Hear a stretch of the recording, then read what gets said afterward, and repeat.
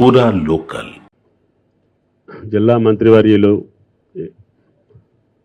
శ్రీధర్ బాబు గారు, అదేవిధంగా పొన్నం గారు 3 సబ్జెక్టుల మీదనే కాకుండా మన బాధ్యత, ప్రభుత్వం యొక్క లక్ష్యాలు సవివరంగా మీ ముందుంచారు.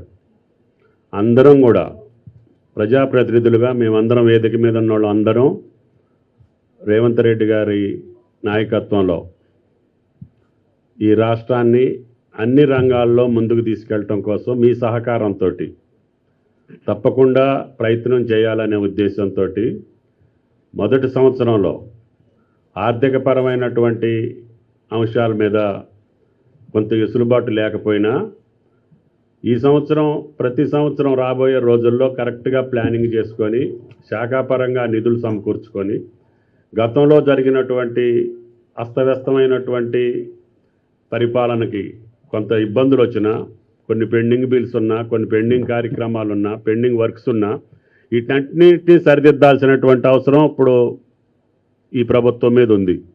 కాబట్టి వాటిని సరిదిద్దుకుంటూనే మేము అనుకున్నటువంటి కార్యక్రమాలు కొనసాగించాలంటే ఇప్పుడు ప్రజాప్రతినిధి యొక్క సహకారంతో పాటు మీ యొక్క సహకారం కావాలి.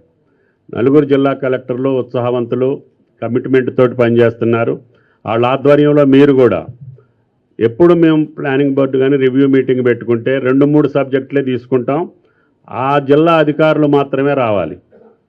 కలెక్టర్లకి విజ్ఞప్తి, 4 సబ్జెక్టులు ఉంటే 4 సబ్జెక్టుల యొక్క జిల్లా అధికారులే రావాలి. కింద సబార్డినేట్స్ రావాల్సిన అవసరం లేదు. ఏఈలు, డిఈలు, ఎస్ఈలు ఎవరు అక్కర్లేదు. ఏ డిపార్ట్మెంట్ పిలిస్తే ఆ డిపార్ట్మెంట్ హెడ్నే పిలవండి, ఆయనే రివ్యూ చేసుకొని టోటల్గా సబ్జెక్ట్ తోటి వివరంగా అన్ని అవగాహనతో రావాలి. కాబట్టి దయచేసి డిస్టర్బ్ చేయొద్దు. కింద అధికారులందరినీ ఫీల్డ్లోనే ఉంచాలి ఎప్పుడు కంటిన్యూగా. మేము వచ్చిన రోజున ఎవరిని పిలవాలో వాళ్ళ వరకే పిలవండి.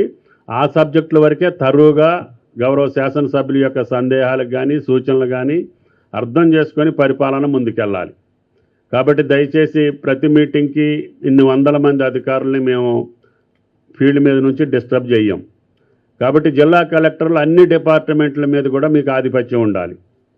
అందరు అధికారుల మీద కూడా మీకు పట్టు ఉండాలి. వాళ్ళు ఏం చేస్తున్నారు, ఏం చేపియాలి, ఏ రకంగా చేపిస్తున్నారో ఇంకా పట్టుదలతోటి కలెక్టర్లు అందరూ డ్రైవ్ చేయాలి. ఎందుకంటే ఇప్పుడు ఉన్నవాళ్ళు అందరు కలెక్టర్లకు ఒకే కలెక్టర్ పనిచేసిన రోజులు ఉన్నాయి. అటువంటి జిల్లాలకు ఇప్పుడు 3-4 కలెక్టర్లు ఉన్నప్పుడు ఇంకా మీరు మైన్యూట్గా కిందికి వెళ్ళి పరిశీలించే అవకాశాలు ఉన్నాయి. ప్రతి శాఖను కానీ, స్కూల్ బిల్డింగ్ కావచ్చు, వ్యవసాయ క్షేత్రం కావచ్చు, ప్రతి దాన్ని కూడా మీరు ప్రత్యేకంగా వెళ్ళి కూర్చొని, ఎందుకంటే 4-3 నియోజకవర్గాలు కూడా తక్కువ ఉన్న నియోజకవర్గాల జిల్లాలు కూడా ఉన్నాయి. కాబట్టి జిల్లా కలెక్టర్కి వెసులుబాటు ఉంది, అవకాశాలు ఉన్నాయి. మీ పరిమితి బాగా తగ్గిపోయింది. కాబట్టి అధికారుల మీద కానీ పాలన మీద కానీ దృష్టి పెట్టి మీకు ఇచ్చినటువంటి బాధ్యతల్ని సక్రమంగా నిర్వహించాలని చెప్పి కలెక్టర్లను కోరుకుంటూ మీ యొక్క అధికారులను కూడా ఆ రకంగా డ్రైవ్ చేసి ముందుకు తీసుకెళ్లాలని, ప్రతి డిపార్ట్మెంట్ను కూడా పాజిటివ్గా ఎక్కడా కూడా నెగిటివ్ వార్త రావద్దు. వచ్చిన తర్వాత సరిదిద్దుకునే బదులు ఆ వార్త రాకుండానే మన ప్రయత్నం ఉండాలి, అది ఏ డిపార్ట్మెంట్లోనైనా సరే. కాబట్టి దయచేసి కలెక్టర్లు ఇంకా ఎఫెక్టివ్గా, ఎందుకంటే మీ పరిమితి ఉమ్మడి కరీంనగర్ జిల్లాకి 4-5 జిల్లాలకు పరిమితం అయిపోయింది ఇప్పుడు.